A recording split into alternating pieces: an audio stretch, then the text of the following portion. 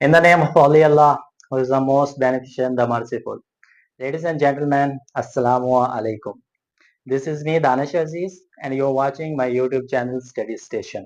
मैं आप सब लोगों को अपने YouTube चैनल स्टडी स्टेशन पे वेलकम करता हूँ. लेडीज एंड जेंटलमैन, जो सिलसिला हमने काफ़ी दिन पहले स्टार्ट किया था पंक्चुएशन मार्क्स का, this is the last video and I welcome to all of you in this video. मैं आप सब लोगों को पंक्चुएशन मार्क की जो लास्ट वीडियो उसके अंदर आप सब लोगों को वेलकम करता हूँ. जी लेडीज एंड जेंटलमैन, जो पंक्चुएशन मार्क का लास्ट मार्क है उसको हम कहते हैं पैरेंथेसिस. ये भी रिलेटेड टू ब्रैकेट्स या मैथ के अंदर इसका यूज किया जाता है, पैरेंथेसिस. ठीक है जी. इसका जो सिंबल है ये राउंड ब्रैकेट्स कहलाती है. राउंड ब्रैकेट्स को हम इंग्लिश पंक्चुएशन मार्क के अंदर पैरेंथेसिस के नाम से जानते हैं. What are the uses? What are the rules of parentheses? We will discuss in this video. So let's get started.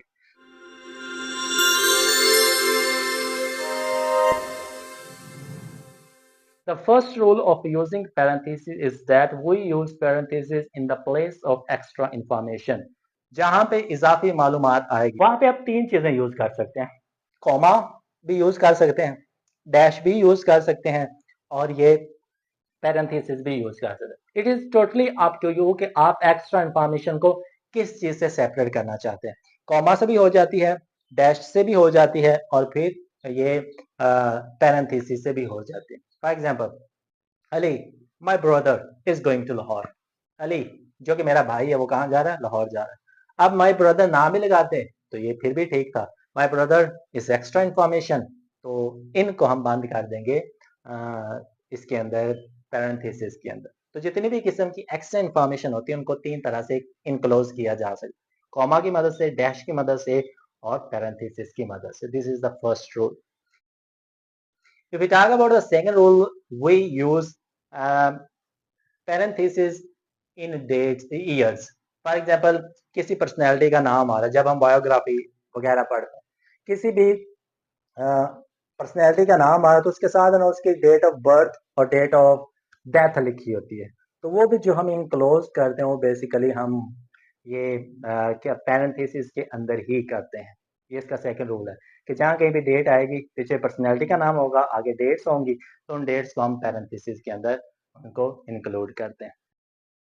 And the last rule very important, तीसरा रूल, जब हम एब्रीवेशन की बात करते हैं तो पहले नाम होगा, फिर उसी नाम का आगे एब्रीवेशन भी दिया गया होगा.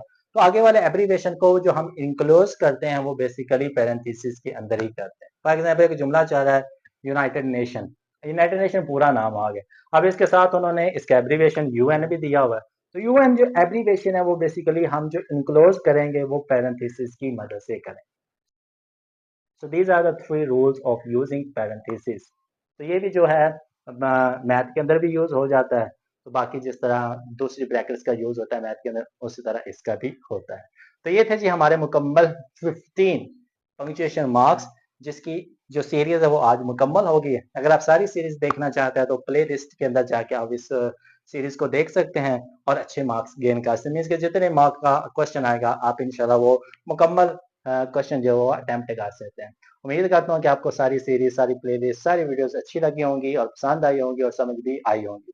अगर समझ आ गई हैं तो काइंडली मेरे यूट्यूब चैनल को लाजमी तौर पर सब्सक्राइब कीजिएगा, बेल आइकन को जरूर दबाइएगा, वीडियो को लाजमी तौर पर लाइक, शेयर और कमेंट जरूर कीजिएगा. इंशाल्लाह आपसे फिर मुलाकात होगी किसी और सीरीज के अंदर. तब तक के लिए thank you so much. Have a nice day to all of you. अपना बहुत सारा ख्याल रखिएगा. जज़ाकल्लाह.